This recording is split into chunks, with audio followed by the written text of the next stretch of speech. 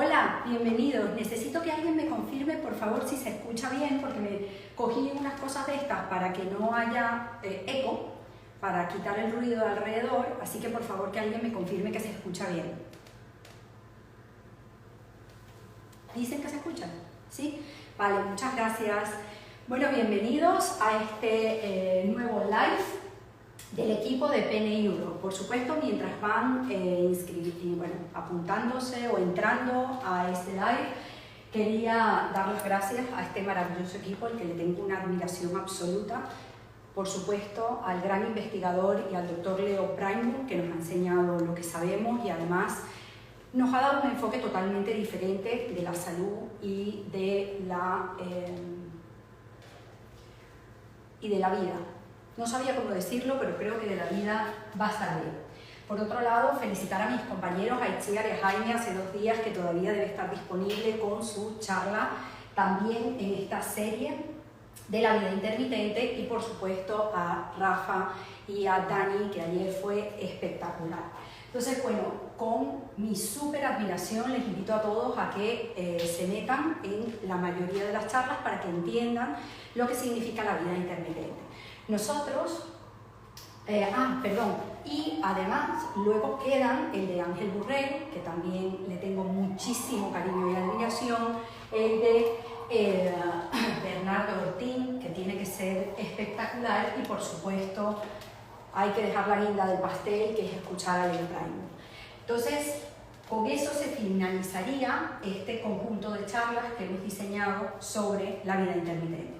Yo voy a hablar sobre qué son los retos cognitivos, que tienen que ver con el pensamiento dentro de la vida intermitente. Yo sé que hay mucha gente que está familiarizada con este concepto porque es un concepto del que hablamos mucho en PNI, diseñado y patentado como estrategia por Leo Prijnbouw, basado en muchas de las cosas que yo voy a contar hoy, pero es que hay gente que no sabe lo que es. Entonces, yo quiero comentar que la vida intermitente está, les voy a poner una analogía muy sencilla para que quede simple con un ejemplo, y es la vida intermitente, o lo que pretendemos expresar a la sociedad, a los pacientes, o como estrategia de ayuda o estrategia clínica, es que cuando el corazón, vamos a un cardiólogo y nos hace un electrocardiograma y el electrocardiograma está plano, significa que estamos muertos. Cuando hacemos un encefalograma y el encefalograma está plano, significa que estamos muertos.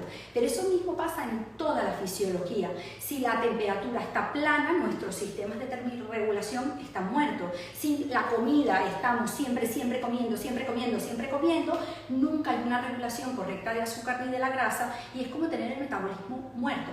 Entonces, lo que queremos decir es que la vida, la restitución de la salud, el entrenamiento para que nosotros seamos eficientes, tiene que ver con el aumento de las curvas. Parte de lo que está pasando en la comodidad social, parte de lo que está pasando en la situación actual de confinamiento del coronavirus, es que nosotros, por supuesto, que tenemos que investigar este virus, tenemos que investigar muchísimas cosas todavía. Va a ser un gran objetivo de la medicina actual, pero también tenemos que pensar qué está pasando en la sociedad, qué ha pasado al ser humano, que entre miles de humanoides, nosotros venimos de una clasificación, o vamos a decir que existía el Neandertal, el Australopithecus, montones, y desaparecieron todos. Solo quedamos nosotros, que somos el Homo sapiens. Nos tenemos que preguntar qué maravilla de diseño tenemos nosotros para tener una flexibilidad inmune fantástica, una flexibilidad de pensamiento, un cerebro enorme para el tamaño de cuerpo que tenemos. Tenemos una flexibilidad genética alucinante, de hecho muy poquitos genes y muchos mecanismos que nos hacen flexibles. Entonces, todas estas características nos han traído hasta aquí, pero tenemos que pensar de dónde vienen estas características y para qué están diseñadas. Entonces, nuestros genes, nuestros mecanismos de regulación, nuestra adaptación al medio ambiente viene de hace 150, 200.000 años, y el entorno ha cambiado muchísimo. Entonces, puestos aquí hoy, hay un desajuste o un conflicto entre lo que nosotros sabemos hacer fisiológicamente y a qué estamos expuestos. Entonces puede ser que así como ya hay mucha gente friolera, hay gente que se pone un abrigo y ni siquiera hace frío. O sea, hay gente que no termorregula nada, que está a 20 grados y está muerta de frío. Eso es una pérdida, o incluso aquí en el País Vasco se dice que la gente pilla un frío. Entonces los pacientes vienen y te dicen, es que pilla un frío. Tú dices, ¿pero eso qué es? ¿Cómo vas a pillar un frío? Hay ciclistas, hay triatlonistas y dicen, no, yo no voy a salir a entrenar porque llueve en el País Vasco, pero si en el País Vasco llueve todos los días, ¿cómo no vas a salir porque llueva? Eso implica que nuestro sistema inmune está debilitado porque nos caigan unas gotas de agua o nos enfriemos, no nos tendríamos que enfermar. Nosotros tenemos grandes sistemas de regulación inmunes que nos protegen y que termorregulan. ¿Dónde están? ¿Dónde está nuestra capacidad de luchar contra bacterias, bichos, hongos, virus? ¿Dónde están? Hemos debilitado el organismo por falta de entrenamiento. El concepto de vida intermitente tiene que ver con que si ustedes quieren subir el Everest, seguro que se ponen a entrenar, porque saben que necesitan un músculo fuerte, un fondo, una caja, una capacidad de entrenamiento, como lo quieran llamar. Pues para el sistema inmune igual, para el sistema cognitivo de pensamiento, para el cerebro igual, para el metabolismo igual, necesitamos un entrenamiento para poder ser eficientes en el mundo actual. Eso es lo que voy a decir de introducción con el concepto de vida intermitente.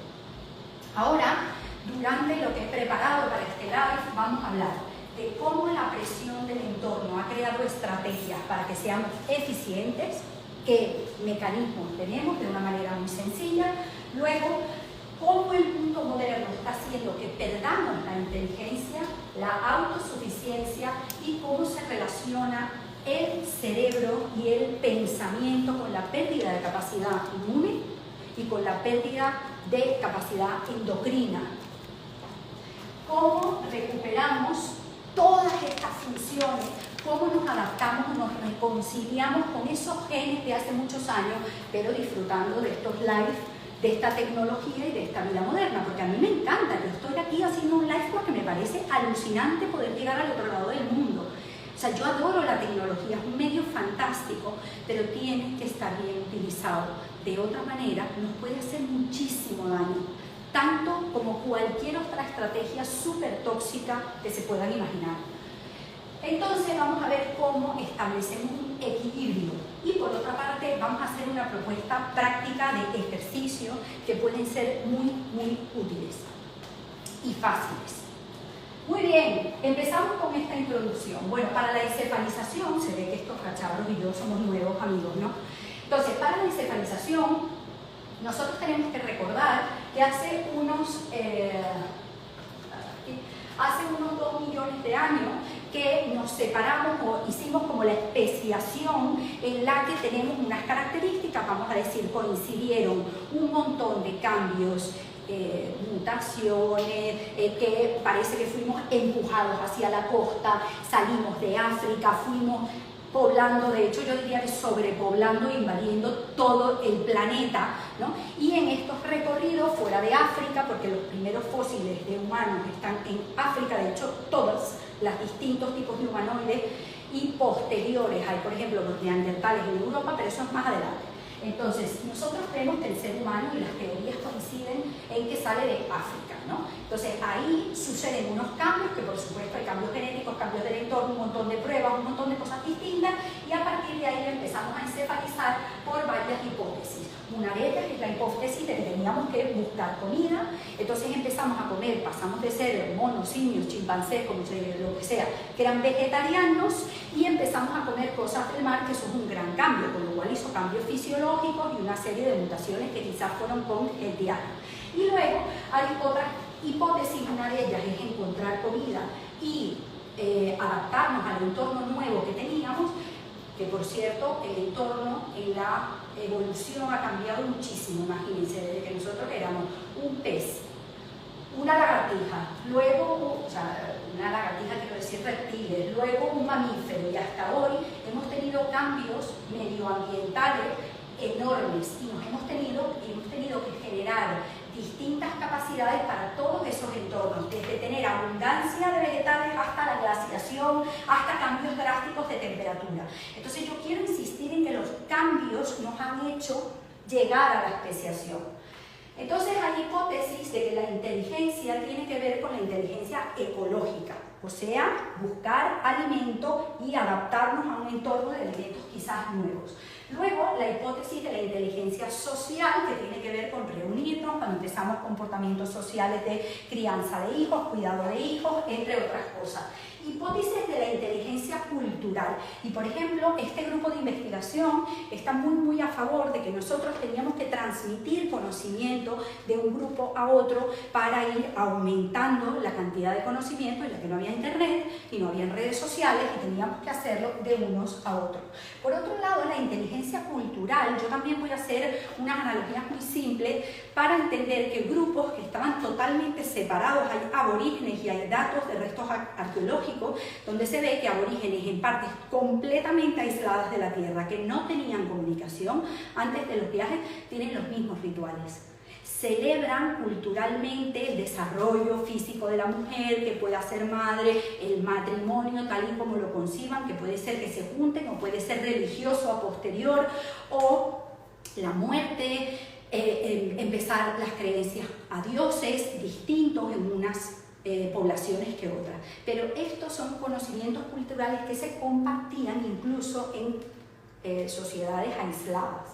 Entonces, según todos los datos que aportan desde el punto de vista metabólico, antropológico, en este tipo de estudios se ve que la inteligencia cultural y los desafíos que tienen que ver con la alimentación, aparte del grupo de mutaciones que mencioné, parecen ser las vías de entendimiento más claras para explicar lo que nos trajo hasta aquí. Ahora les voy a presentar este estudio que en mi opinión es lectura obligada. Esto es espectacular, es de nuestro jefe académico, que es Leo Pryman, un gran científico investigador que tiene unas publicaciones muy interesantes y explica cómo se hicieron estos cambios. Bueno, nosotros hemos tenido que sobrevivir a unos cambios importantes de hipoxia. De esto hablaron Dani y Rafa ayer de manera muy importante. Dani lo explicaba como una cosa tan básica dentro de nuestras capacidades de regulación. Nosotros hemos vivido mucha hipoxia porque teníamos que subir alturas, teníamos que escondernos en sitios altos o buscar cuevas, también porque teníamos que pescar a pulmón, lógicamente no había métodos de arrastre en ese momento, y teníamos que hacer apneas en muchas condiciones en la vida.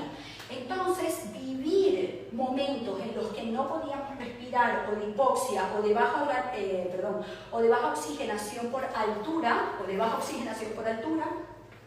nos ha hecho producir una cosa que se llama hipoxia stress reaction, que es una reacción ante esa falta de oxígeno que nos da unas capacidades brutales, nos permite generar arterias nuevas, neoangiogénesis, llevar capilares rápidamente, restituir la función del oxígeno, bueno, entre mil cosas más, aumentar la densidad de las mitocondrias rápidamente, aumentar la...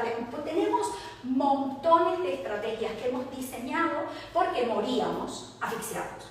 Entonces, si moríamos asfixiados, que murieron muchos, la evolución nos ha permitido desarrollar una estrategia para poder resolver la hipoxia.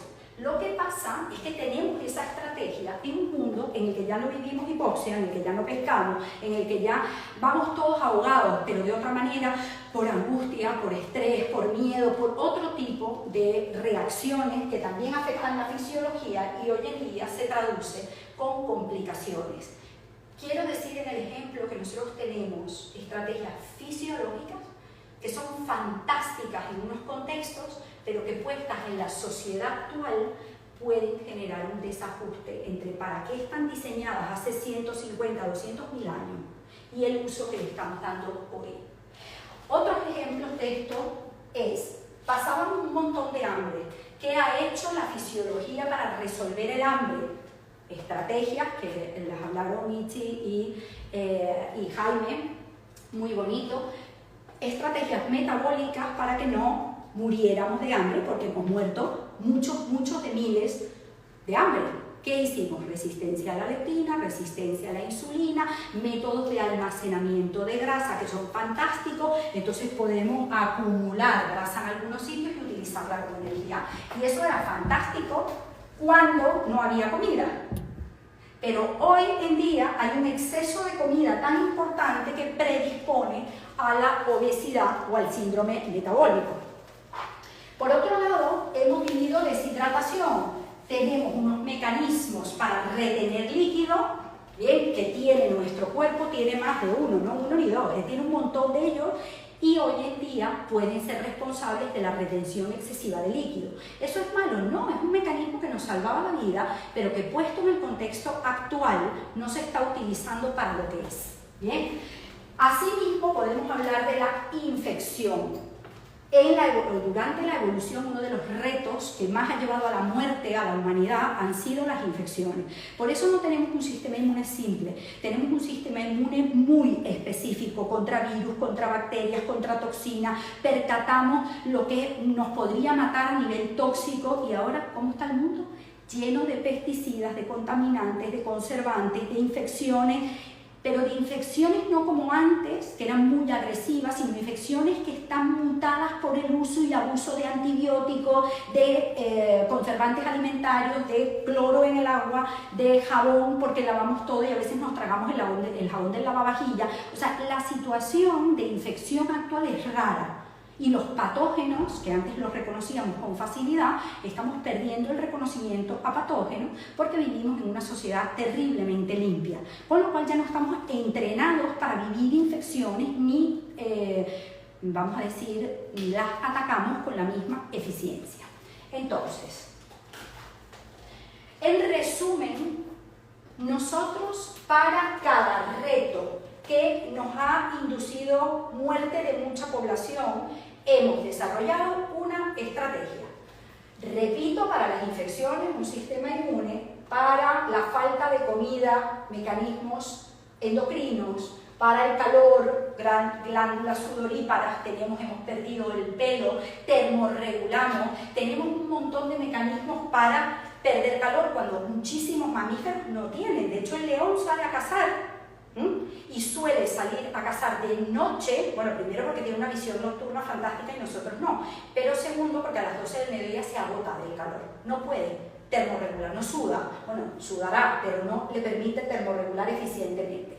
Y así, para el frío tenemos un tipo de grasa que se llama grasa marrón, que es una chimenea que nos permite recuperar la temperatura interna aunque afuera haga frío, y también la contracción muscular que genera calor, entre otros muchos ejemplos que puedo poner. Para la violencia tenemos un sistema nervioso simpático que es de lucha, de huida y nos permite cambiar a nivel energético, ser súper eficientes, entre otras cosas. Para la sequía, retención de líquido. Para la isquemia, lo que dije antes de la respuesta de angiogénesis y contra la hipoxia.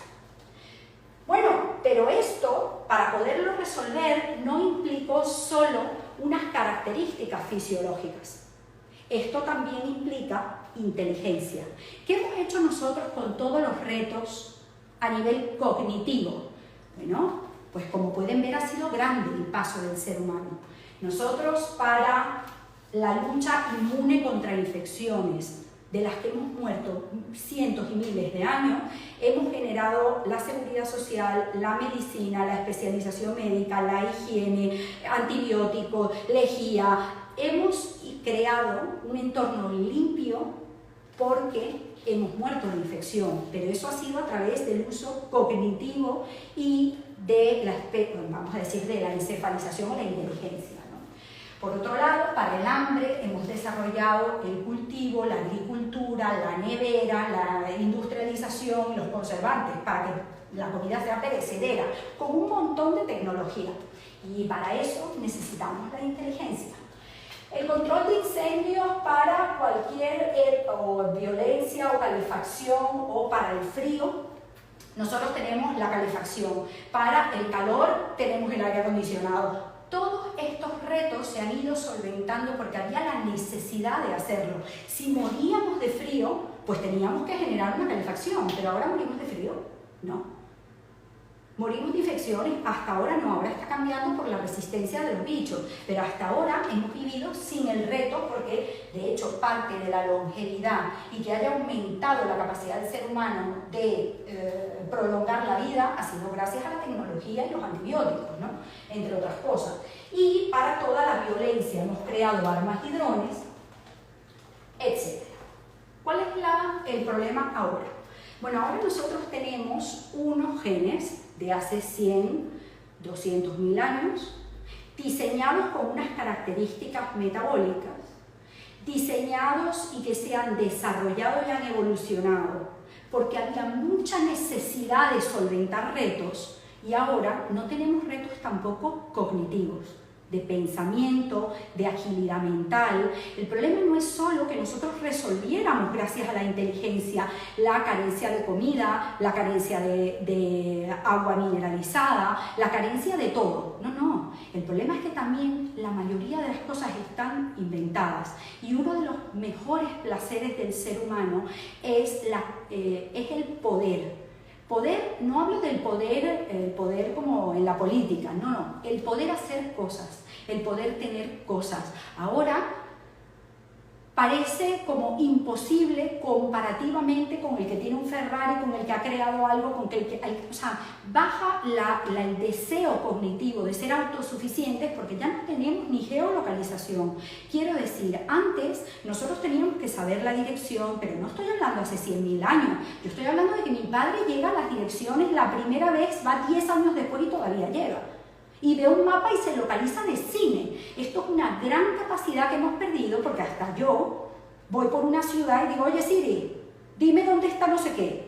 Entonces nosotros hemos responsabilizado a una nube, que es como un disco duro externo, de muchísimas cosas, de la memoria.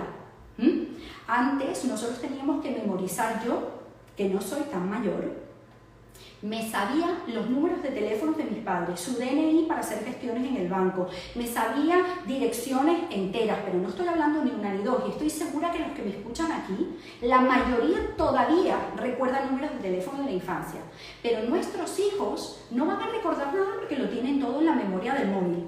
Cada vez que hacen una pregunta tienen una respuesta inmediata porque preguntan en Google. Con lo cual, antes teníamos la obligación de almacenar un montón de información y ahora la información se está almacenando en la nube.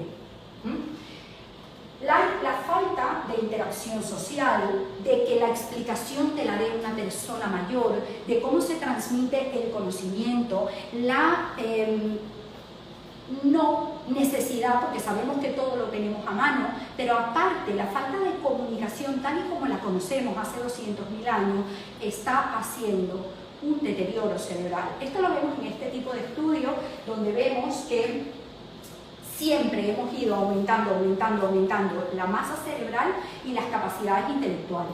Y ahora hay un pronóstico de que se va a reducir el tamaño cerebral y que vamos a bajar la capacidad cognitiva. Hombre, normal, lo que no se usa se pierde. Ya lo decía Lamarck en el 1800.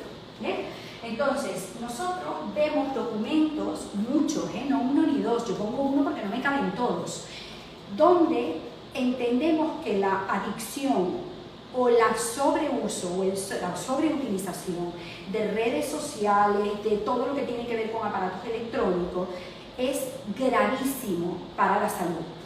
Si yo me pongo a dar los criterios que implican que nosotros tenemos ciberadicción o adicción a las nuevas tecnologías, aquí más de uno se va a asustar, incluida yo.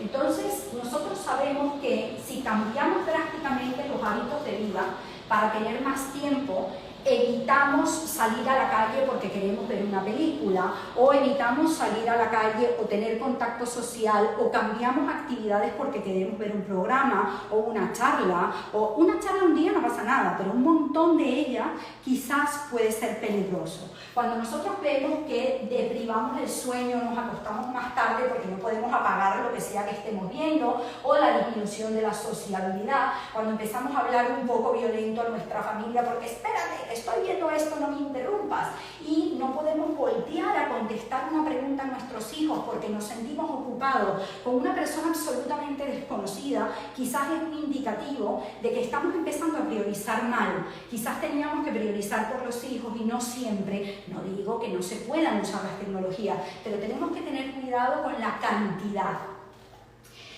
Si queremos estar más tiempo, estamos deseando llegar a casa para abrir el ordenador y ver algo que habíamos pospuesto, incluida una serie. O, por ejemplo, negligencia con respecto al trabajo, que antes fuéramos más autoexigentes y ahora digamos, ay, mira, voy a ver tal cosa y aquel trabajo o aquella cosa que queríamos hacer bien, la posponemos. Yo les voy a dar ejemplos más importantes, más sociales y más claros sobre este tipo de cosas. Hay, por ejemplo, gente que va a una reunión con sus amigos y deja el móvil encima de la mesa. Esto es una manera inconsciente, aunque sé que es inconsciente, de decirle a los demás, para mí es más importante lo que pasa aquí que tú. Sé que no lo hacemos de manera consciente, pero estamos posponiéndolo, no estamos prestando atención y tenemos nuestra atención dirigida al chat. Cuando alguno de nuestros familiares nos diga, por favor, estamos en casa de tu madre, apaga el móvil, que les llame la atención, porque eso significa que no nos estamos dando cuenta que posponemos al que nos vino a pedir atención. O por ejemplo, si alguno de nuestros hijos nos dice, oh, es que no me haces caso, esto a mí me ha pasado, no estoy diciendo que a mí no me pase. ¿Vas a volver a abrir el ordenador? Cuando una niña de 5 años, como es mi hija pequeña, te dice, vas a volver a abrir el ordenador, es porque te estás pasando. Eso duele, pero es lo que hay. Entonces, nosotros vemos que la interacción con redes sociales, nosotros vemos que en la adolescencia, por ejemplo, hay factores de riesgo que indican el uso o el mal uso o el abuso. Entonces, hay muchísimas conductas violentas, conductas de no entender cuáles son nuestros sentimientos, perder la percepción social, la identidad, saber lo que queremos, la personalidad, entre muchas otras cosas. Por ejemplo, la intolerancia a estímulos físicos o psíquicos, la introversión. Hombre, esto yo creo que es más que claro, ¿no? Si tú estás hablando con un aparato frente a un aparato todo el tiempo, yo aquí estoy, no sé con cuánta gente en este momento, pero yo no les veo. Entonces ustedes tendrán que entender que yo estoy ahí a mar de tranquila. Quizás si les estuviera viendo a todos aquí me estarían cayendo las gotas y sudando, porque son muchos y eso es una interacción social distinta. Entonces, sin ninguna duda, nuestro comportamiento y nuestra fisiología es absolutamente distinta cuando estamos frente a una pantalla que no, y eso es muy fácil de entender. Entonces, es lógico que induzca timidez excesiva, inseguridad excesiva y unos trastornos de la personalidad, porque la identidad que te crea Internet no es la identidad que tú creaste de ti misma. A veces no te sientes ni reflejada. Mira, un ejemplo de esto que yo les voy a dar que me pasó a mí, que tampoco es que yo tenga muchas redes sociales, he empezado por culpa del confinamiento y me ha tocado y la verdad es que estoy encantada, hay cosas que me parecen alucinantes, pero que sepan que tengo Instagram hace 10 días, todavía no tengo Facebook y vamos a ver cómo evoluciona Amaloa en estas redes, ¿no? Pero nosotros tenemos que pensar la interacción con las redes. No, pero yo lo estaba diciendo en un entorno de timidez excesiva. Bueno, claro, si nosotros no tenemos contacto físico, no te enfrentas a una respuesta. No, lo que les son casi 300, te puedes estresar. ¿Ah, sí? Sí. Vale, está bien. Entonces, nosotros tenemos que ver que que a mí me pasó que con las búsquedas que hago te hacen como una personalidad de lo que a ti te gusta, de lo que estás buscando, de lo que tienes que comprar, y al final las redes tienen una personalidad que no es exactamente la que tú crees que tienes de ti mismo. Esto en redes sociales hace una distorsión de la percepción en el sistema nervioso central, ¿no? Entonces nosotros sabemos que aparte de tener una identidad un poco descontrolada, también podemos tener enfermedades como la hiperactividad, el trastorno obsesivo compulsivo, la depresión, predispone al abuso de otras sustancias y la bipolaridad, ¿no? Trastorno por control de impulsos, la fobia social, los trastornos de la conducta alimentaria y en muchísimos casos la hostilidad. Bueno, estos estudios son aún más interesantes. Nosotros vemos que la gente que lo primero que hace, criterios para saber si tenemos un problema con redes sociales. Cuando te levantas en la mañana, si lo primero que haces es ver el móvil. Cuando te acuestas por la noche, si lo último que haces es ver el móvil. Cuando estás con amigos, si estás siempre conectado, es posible que tengamos un trastorno o un abuso de la cantidad de horas que nuestro cerebro puede soportar. Cuando hay un trastorno de adicción por internet, vemos que hay daño cerebral y reducción del tamaño cerebral. No solo somos menos inteligentes, tenemos menos procesamiento del pensamiento, pero también afectivo, entre otras muchas cosas, incluido que tenemos más percepción del dolor. Entonces, nosotros vemos, este estudio es del 2012, este mismo grupo en 2015 ya había visto la alteración entre sujetos que tienen un abuso excesivo de Internet, tienen una conectividad reducida con todas estas áreas cerebrales que explica el cambio en medidas neuropsicológicas. Bien, entonces son pruebas directas de que las alteraciones cambian el procesamiento afectivo, la motivación y la capacidad de aprendizaje. Ustedes tienen que entender que es un mundo de muchos estímulos que nosotros no estamos acostumbrados a ir hiperestimulados cerebralmente por la vida y que luego hay otros estímulos como estudiar. Esto es como los niños. Cuando los niños están en la tablet mucho rato, reciben una cantidad de estímulos tan grande que luego le das un libro y el tipo se aburre. Pero se aburre porque el tipo de estímulo no tiene nada que ver. El cerebro se pone rojo como una bombilla cuando tú tienes internet, pero cuando te quieres leer un libro está en calma. Y es otro tipo, otro modelo, otra onda cerebral de aprendizaje. Entonces, por supuesto, no les podemos pedir, después de haber visto una cosa hiper mega animada, pues que se sienten y estén horas atentos. Esto hay que equilibrarlo. Por otro lado, una cosa que pasa con internet que a mí me parece sorprendente es los trastornos del lenguaje. El lenguaje ha formado parte de la inteligencia, pero también de la conducta inmune. Aquí quisiera que acoplemos la parte cognitiva de pensamiento, de cómo hablamos, de cómo nos escuchamos con el resto de sistemas. Hay una respuesta que se llama respuesta transcripcional conservada a la adversidad, que es una respuesta genética que tienen nuestros leucocitos, que es nuestro sistema de defensa o nuestros glóbulos blancos. Esta respuesta, en este estudio que es de Charles Rayson y un grupo de investigadores alucinante, que por cierto también es muy amigo de Leo, y es, vamos, o sea, en PNI a mí me parece la bomba, y tiene muchísimos estudios sobre depresión, bueno, es un gran investigador, y él explica que el lenguaje estudió horas y horas y horas de audio, y por hacer, esto lo voy a hacer muy plástico y muy sencillo porque no tengo tiempo y para mí el tiempo es un problemón. Yo es que hablar una hora para mí es un drama. Entonces, nosotros tenemos que pensar que cuando el lenguaje es muy variado, muy rico, con cantidad de proverbios, de verbios, sobre todo cuando se predice en el lenguaje cómo es nuestra situación de estrés, hay una respuesta diferente del leucocito. Lo que yo estoy diciendo, de manera muy sencilla, es que nuestro hipotálamo nos escucha. Y si nosotros estamos todo el día diciendo es que no puedo, es que no puedo, es que no me gusta, los leucos piensan que no puedes y que no puedes y que no te gusta. Si nosotros estamos todo el día, o sea, vamos a decir que nuestro sistema inmune nos cree lo que nosotros decimos. Y hay gente que está todo el tiempo pensando que no es suficiente, que no es capaz, que esta pandemia no se va a acabar, que nuestro sistema inmune no ha pasado por infecciones cuando ha pasado por miles de miles. Entonces, el miedo, la soledad, la falta de contacto social, el lenguaje que usamos con nosotros mismos, dejar de ser bondadosos con nosotros mismos, el autorreconocimiento, el cambio o, por ejemplo, la pobreza en el lenguaje.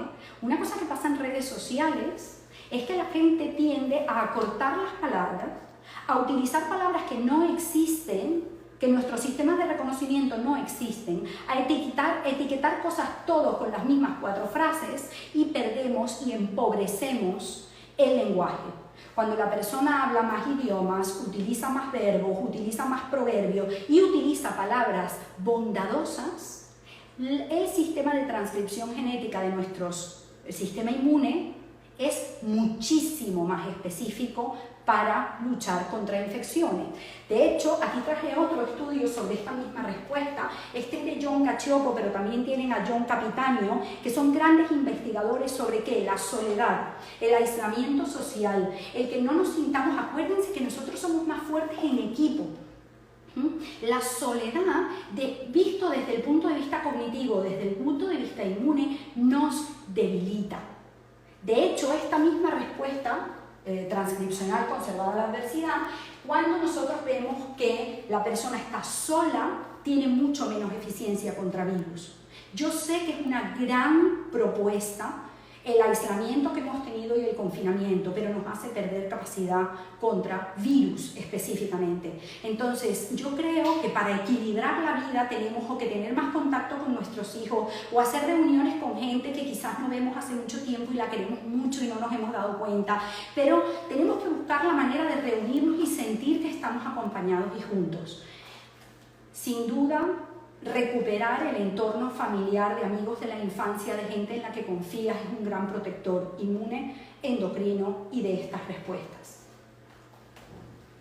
Nosotros vemos además que hay mecanismos cognitivos, solo la palabra, la mirada, el contacto físico, que es una gran estrategia que nosotros utilizamos a nivel terapéutico, cuando hacemos una evaluación con un paciente, cuando hacemos un tratamiento sobre la piel es un órgano que va a cambiar el cerebro a nivel endocrino. Bueno, de hecho, es que a nivel endocrino la piel es un órgano totalmente independiente. Cuando nosotros hacemos un masaje, un tratamiento, una técnica de terapia manual, la piel produce oxitocina, produce confianza, produce calma. Pero lo mismo lo digo a nivel terapéutico para los terapeutas que me estén escuchando, que es una gran ventaja de la manualidad, que es insustituible. O sea, los tratamientos sin evaluación y sin contacto físico, por supuesto, no tienen el mismo resultado. No cambian la parte endocrina, esto no lo podemos perder, tenemos que protegerlo, pero también tenemos que protegerlo en casa. El contacto con nuestros hijos, abrazarnos, abrazar a la pareja, utilizar un lenguaje dulce. El rato que se pueda, ¿no? El rato que no, pues no. El rato que estás enfadado, pues no. Pero también se puede equilibrar esto para que haya curvas, haya un día de pollo y al día siguiente tengamos un día de relax y así mantengamos viva tanto el sistema inmune como endocrino, como cognitivo, como de oxitocina. Esto también se entrena, también hay que discutir. Entonces, nosotros vemos que los microcomportamientos sociales van a activar, antes estaba hablando de toda la sociedad, de estar juntos con respuestas transcripcionales genéticas en los leucos. Yo dije, yo quiero que la conducta, el lenguaje y el pensamiento entiendan que cambia radicalmente la conducta inmune, pero también los microcomportamientos del lenguaje, el tacto, el contacto físico, el contacto sobre la piel cambia endocrinológicamente. Quiere decir, liberamos hormonas que son de placer, hormonas antiinflamatorias, hormonas altamente inhibidoras del dolor y cambian la conducta y el comportamiento social. ¿Qué quiero decir? Nosotros sabemos que con el tacto, estos son estudios sobre las fibras C táctiles y estas, bien, aferentes C táctiles que tienen que ver con inducir placer, inhibir el dolor, quitar dolor patológico y, por supuesto, cuando una persona tiene fibromialgia, dolor crónico, síndrome de fatiga crónica o patologías que se altera la percepción del dolor, esto se pierde. Nosotros tenemos contacto físico y la liberación de oxitocina no hace el bucle, no hace un loop de respuesta adecuado. Y a través de mucho masaje, mucha estimulación, mucho contacto, rehabilitar este tipo de conductas sociales y cariñosas, se vuelve a recuperar. Entonces, lo interesante es que el comportamiento social facilita la oxitocina, el comportamiento social, con lo cual el comportamiento social también facilita la oxitocina, mejora la información relevante, que seamos más específicos en qué queremos, en qué no, etcétera, etcétera. La estimulación cutánea sabemos que libera oxitocina y que inhibe el dolor. Entonces, libera y se asocia con una mayor motivación social, además de una menor reactividad fisiológica y conductual a cualquier estresor. Lo que dice aquí, gracias, lo que dice aquí, esto se me sale, creo que tengo las orejas muy pequeñas. No se los pelos adentro de la oreja, salte todos los pelos. Perdón, chicos, cosas del directo. Como los pelos metidos dentro. A ver, estas innovaciones, yo no estoy acostumbrada a tener cosas metidas en las orejas. Vale, entonces, nosotros vemos en estudios como estos que en el momento en el que tenemos más contacto, más abrazos, más familia, más rituales, más celebraciones, cambiamos la conducta social, bien, promovemos el ejercicio físico y tenemos muchísimo muchísimo mejor aceptación a que luego haya un efecto adverso. O sea, quiero decir, si nosotros tenemos un reto, tenemos que pasar por algo difícil, en un entorno de contacto físico, en un entorno protegido, somos muchísimo más resistentes. Yo creo que todo el mundo esto lo conoce. Hay días en los que uno sale a la calle y te dicen un insulto, porque tú eres tal cosa, y yo para que no hubiera eco me puse este cacharro y creo que es que no, y ahora es que como no sé apagarlo, me voy a quedar con las manos aquí. Entonces, nosotros hay días que salimos a la calle y decimos, nos dicen un insulto y vamos, nos ponemos rojos, le gritamos de vuelta, le insultamos de vuelta. Y hay otro día que te dicen 4 cosas y contestamos, oye tío, tómate un té, como, no sé, échate una novia, y te mueres de la risa y dices, pobrecito, este hombre, de verdad, que mal le va en la vida. Entonces, no te importa. ¿Y eso de qué depende? Pues dependerá de que nosotros tengamos factores equilibradores que hagan que eso no nos impacte tanto. Entonces, nosotros vemos que cuando hay una mayor cantidad de motivación social, de oxitocina, de hormonas de placer, también somos mucho más resistentes ante estresores. ¿Qué es un estresor? Cualquier cosa, puede ser una infección, puede ser una carencia de algo, puede ser que no hemos logrado algo en la vida, puede ser que alguien nos insulte, lo que sea. Somos más resistentes. Bueno, propuestas de solución, Amaloa, y entonces ¿esto cómo lo hacemos? ¿Cómo equilibramos? Bueno, hay muchos autores que dicen cosas maravillosas, yo voy a proponer cosas fáciles, voy a hacer un resumen de lo que he dicho hasta ahora. Yo he pretendido explicar que nosotros a nivel evolutivo hemos tenido una necesidad. La evolución en el ser humano desde todo punto de vista ha ido por retos que teníamos que superar. Entonces, la presión de un entorno con hambre, con hipoxia, con frío, con necesidad, nos hizo desarrollar todas las altísimas capacidades inmunes, metabólicas y cognitivas que tenemos hoy. Si nosotros volvemos a retomar en esta modernidad actividades que nos reconcilien con los genes, volveremos a adquirir buenas capacidades y podemos vivir en un mundo moderno, ir al teatro y otras ventajas que no tenían en el Paleolítico. ¿Bien? Entonces, los retos cognitivos son para el desarrollo de la autoestima, del reconocimiento de nuestras capacidades, para rehabilitar conductas sociales, para aumentar los niveles de dopamina, que son las hormonas que nos hacen ir dopados por la vida, llenos de energía y que nos hacen reírnos con la boca abierta.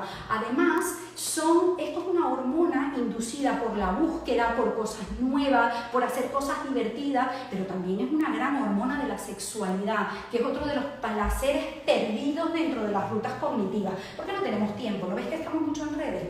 Aquí ustedes podrían estar haciendo otra cosa, es lo que hay.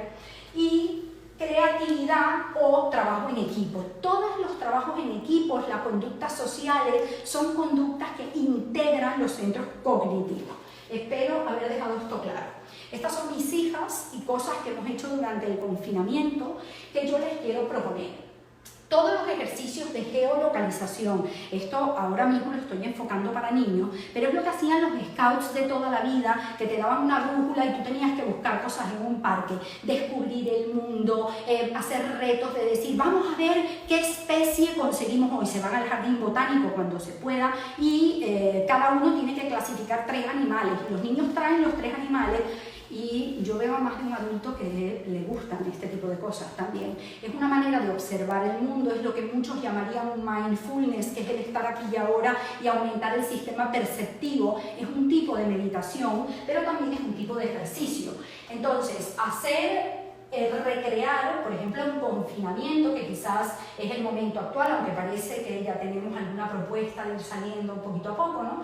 Entonces se puede hacer trabajos de búsqueda, como lo que hicieron ahora con los huevos de Pascua. Lo hacemos con los huevos de Pascua porque es una tradición, pero esto se puede hacer para que ellos integren la capacidad de buscar y tengan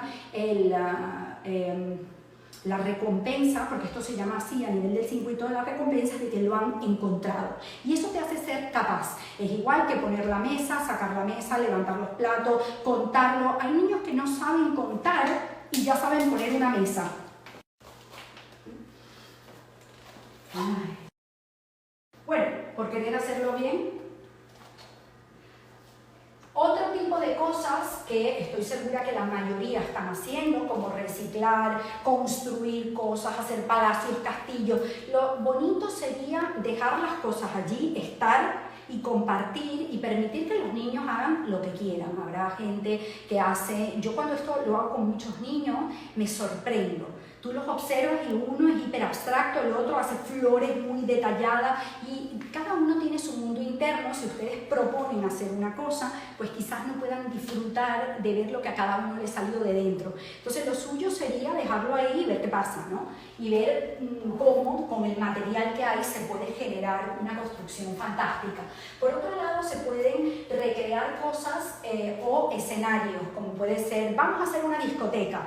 Entonces yo me senté y vi cómo era y ellas terminaron haciendo, no sé por qué, porque debe ser transgeneracional o como yo lo viví muy bien en mi juventud, y ya sabían, porque no han ido a una discoteca, tienen 5 y 8 años, pero hicieron una entrada, un sello para que entráramos y saliéramos. Yo me moría de la risa. Yo decía, es que no me lo puedo creer. ¿Por qué tú crees que necesitamos un sello? Bueno, para yo saber que me pagaste la entrada. Y yo decía, pero es que... O sea, yo no puedo entender cómo unas niñas de 5 y 8 años fueron capaces de deducir que necesitaban un sistema para esto. Por lo menos a mí me sorprendió gratamente. Teníamos una entrada, cada uno con su nombre. Bien, está aquí papá, mamá y tía, mamá, y esto es en el confinamiento. Y luego había unas zapatillas de estas de patinar que tienen colores y pusieron colores, música. Bueno, fue una súper diversión. Por otro lado, esto que lo puse aquí, que esta autora, Avital, se pronunciará, no sé, Sherber Levy, es una autora que habla mucho del minimalismo y de cómo restaura las conductas en los niños. Miren, para ser seres sociales, nosotros también tenemos que recordar que tenemos que tener bondad. La bondad y el agradecimiento es una de las cosas que mejor recupera el cerebro. Y tenemos que tener suficientes cosas en casa para tener seguridad. Por supuesto que las cosas dan una gran seguridad, dan estrategias pues para poder divertirnos, y los juegos son súper divertidos, hay juegos que son muy interesantes incluso a nivel cognitivo, pero tener demasiadas cosas está muy relacionado con la ansiedad, con la insatisfacción. Entonces, como decíamos antes, en la medida justa es muy interesante, pero un exceso puede dar unos trastornos cognitivos muy grandes. Entonces, aprovechar el confinamiento para coger todo lo que no usamos, regalarlo, llevarlo con los niños donde otro lo necesita, da un apego social y una enseñanza dando el ejemplo que es muy, muy bonita. Bien. Nunca tirar nada, no tirar las cosas sino regalarlas si pueden ser reutilizadas. El reciclaje es un gran aprendizaje para los adultos también. Retomar costumbres de reciclaje es a nivel cognitivo una de las estrategias a las que más quiero llamar la atención. Por otro lado, dentro del team working nosotros podríamos hacer cosas que se hacen juntas. Quiero decir, trabajos de equilibrio. Los trabajos de equilibrio de móntate aquí, que no nos caigamos, hacen que se ayuden. Bueno, esto es un trabajo de equilibrio muy sencillo que se puede hacer en confinamiento, pero se podrían hacer cosas más complicadas, ¿no? Donde unos obligatoriamente tengan que ayudar y cuidar a los otros. Y además, los ejercicios de equilibrio hacen que el cerebelo, que tiene una densidad de conexión con el córtex prefrontal, se estimule un montón. Lo que yo acabo de decir, para el que no sea del mundo nuestro, qué sé yo, que quiera estrategias en su casa, yo les recuerdo que estimular los sistemas de equilibrio cambia la toma de decisiones. Bien, lo que yo he dicho sobre el cerebelo conectado con el córtex prefrontal se traduce como nosotros hacemos ejercicios de equilibrio y tenemos que sostenerlo y entrenarlo, hacer cada vez tareas más difíciles, nos hace tomar decisiones más correctas, ser más precisos. Por eso hay mucha gente que se dedica a deportes de riesgo, a deportes difíciles, escalar, y luego son súper concretos en la vida. Te dicen, se me ha quitado el miedo, se me ha quitado el... Claro, se ha enfrentado tanto tiempo a caerse por un desfiladero que, chica, como para que le dé miedo aquí que tú le escupas, o sea, no. Entonces, estas cosas entrenan muy bien a los niños y se pueden hacer en casa con mucha facilidad. Por otro lado, también tenemos cosas como dar autosuficiencia. Miren, la autosuficiencia es un peligro, eso es un peligro, porque yo, para que mis hijas hagan esto, para que con 5 y 8 años ellas pongan lavadora, sepan separar la ropa blanca de la ropa negra, para que pongan el lavavajillas, para que se pongan un un banquito, porque tiene 5 años y ella se pone un banquito y frega los platos, saben poner un lavavajilla, pero esto es complicado en la vida actual. Es complicado porque todos tenemos 3 y 4 trabajos, porque tenemos muy poco tiempo, mucha exigencia, pero no importa. Como dice de los Hertz, una gran autora que ahora no me acuerdo, lo que importa es que el poquito tiempo que tenemos sea de calidad, que les miremos a los ojos, aunque sean 5 minutos al día. Esos 5 minutos podemos hacer algo en equipo, poner un lavavajilla, limpiar una mesa, hacer algo donde se sientan incluidos. Yo ahora voy a hablar más lento y quiero que me escuchen bien los que están haciendo otra cosa. Miren, chicos, yo voy a hacer un ejemplo que quizás les va a parecer demasiado dramático, pero creo que didácticamente está bien. El ser humano ha aguantado las torturas más grandes que se puedan concebir en la humanidad. Ha aguantado torturas de Hitler, violaciones múltiples, ha aguantado violaciones en cárceles, violación de los derechos humanos, sociedades enteras con 6 millones de muertos en la época de Hitler. Y hay gente que sobrevivió a esa época y declara haber sido muy feliz. Hay gente terriblemente resiliente dentro de los seres humanos. Nos recuperamos ante todo, podemos hacerlo. ¿Y qué es lo que no podemos? ¿Qué es de lo que no nos podemos recuperar? Pues como yo he dicho a nivel inmune, como he dicho a nivel cognitivo, de lo que no nos podemos recuperar es de la soledad. Tú dejas a una persona encerrada en una cámara sin estímulos y enloquece. Es como la película del náufrago. Una persona se queda en una isla y enloquece, y cuando tú le traes a la tierra firme y le salvas, no recupera de la locura. Las células son parecidas. Esto no es solo a nivel cognitivo, es a nivel endocrino y es a nivel celular. Una célula que se queda sola y no tiene comunicación con el resto, si tiene mucha energía, entonces se suicida por apoptosis.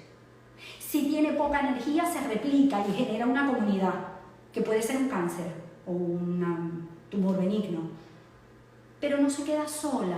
Es un análisis interesante, un poco plástico, pero es muy interesante. Nosotros, los seres humanos, tenemos que tener un sitio, tenemos que servir para algo. Y la velocidad de la vida está haciendo que nosotros le digamos a nuestros hijos, no limpies. ¿Por qué? Porque yo, para poder hacer esto, he tenido la BlackBerry metida en el lavavajilla, he tenido bolígrafos en la ropa blanca, se me ha dañado todo lo que se puedan imaginar, porque los niños cuando empiezan a limpiar no limpian, ensucian. Porque los niños cuando empiezan a poner una lavadora no saben hacerlo, y aunque tú estés ahí medio atento, pues pasan accidentes. Entonces, como no tenemos tiempo, tendemos a decir, no, ya lo hago yo. No, Bernardo esto lo llamaría enseñar responsabilidad quitándola.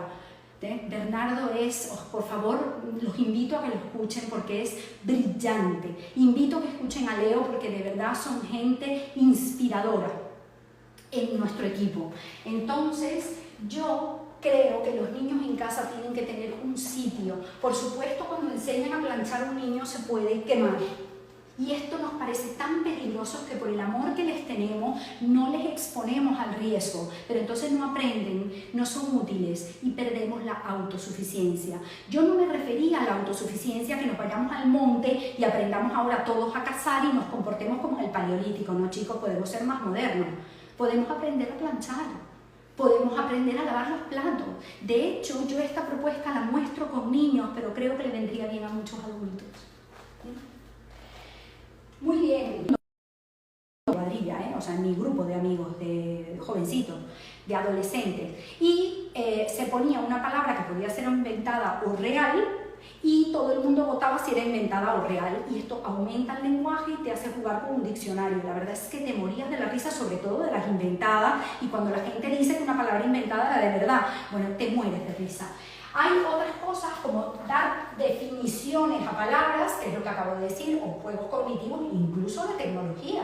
Hay un montón de juegos para mejorar la memoria cristalizada. Para eso también podemos usar la tecnología, ¿no? Para mejorar con juegos cognitivos. Pero también podemos hacer sudokus, o por ejemplo, podemos hacer esto, que a mí me encanta, esto es de un psiquiatra que se llama Edward Hallowell, y él trabaja sobre todo con síndrome de hiperactividad y déficit de atención.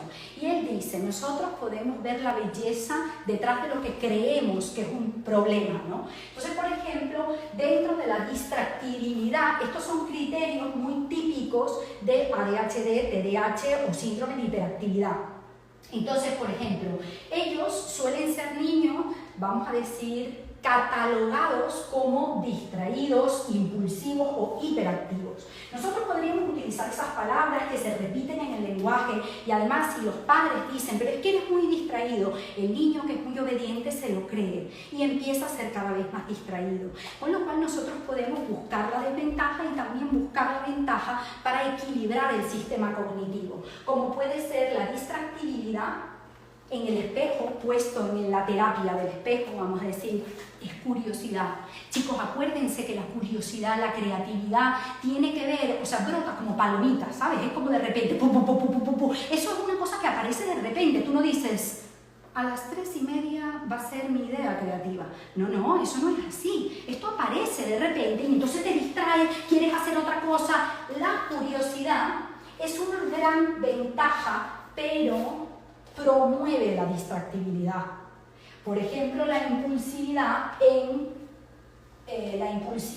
es el estímulo de crear. Y esto lo decía la autora de Pippi Calzas Largas, que decía, los niños trastos no son trastos, solo son creativos, están creando cosas nuevas que a veces les ponen en peligro, porque se pueden montar en una pared, se pueden caer y abrirse la cabeza, pero realmente tienen una conducta de cero miedo y de creatividad, de buscar cosas nuevas. Eso es parte de la impulsividad. Y la hiperactividad, chicos, no es más que tener energía. Y la salud se trata muchas veces de tener suficiente cantidad de energía. Entonces, yo quiero que sepan que por último, que es la última lámina que tengo, estos son referencias de algunas cosas. Por último, yo quería decir que tenemos que familiarizarnos con el piropo. Sé que no me ven, ¿eh? Entonces, nosotros tenemos que familiarizarnos con el piropo. ¿Qué quiero decir? Estamos bastante acostumbrados en el lenguaje, pero no importa que lo digan en alto o que lo digan con la voz callada, a decir cosas tipo, esto lo he hecho mal, bueno, no sé, esto es una cosa muy conocida para mí, ¿bien? O por ejemplo, ojo, es que mi padre no sé qué, es que mi madre no sé cuánto. Es bueno que seamos críticos, nos hace ser personas diferentes, pero también es muy importante que seamos agradecidos para que volvamos a sentir el sistema de pertenencia. Lo primero va primero, lo segundo va después, diría Bernardo. Nosotros tenemos, o Virginia Satir, o toda la gente que hace sistémica, nosotros tenemos que pensar que no tenemos derecho a decirle a nuestros padres lo que tienen que hacer. Yo sé que hay gente que en casa tiene situaciones muy difíciles, pero al menos podríamos ser agradecidos y decir, yo agradezco que me hayan dado la vida, que me hayan dado la oportunidad incluso de hacerlo diferente, y tenemos derecho a pensar diferente, pero eso no quita que podamos ser agradecidos. Entonces, restablecer conductas sociales, contacto físico o contacto con nosotros mismos, reafirmando lo que hacemos bien, diciendo palabras bonitas, nos familiariza con el piropo. Hay un fenómeno social muy interesante que es que ni siquiera nos cae bien. Cuando alguien viene y te dice qué bello, qué grande, qué fantástico, hay mucha gente que se siente hasta incómoda. Te hacen un regalo con la falta de piropo. Vamos a piropearnos y muchas gracias.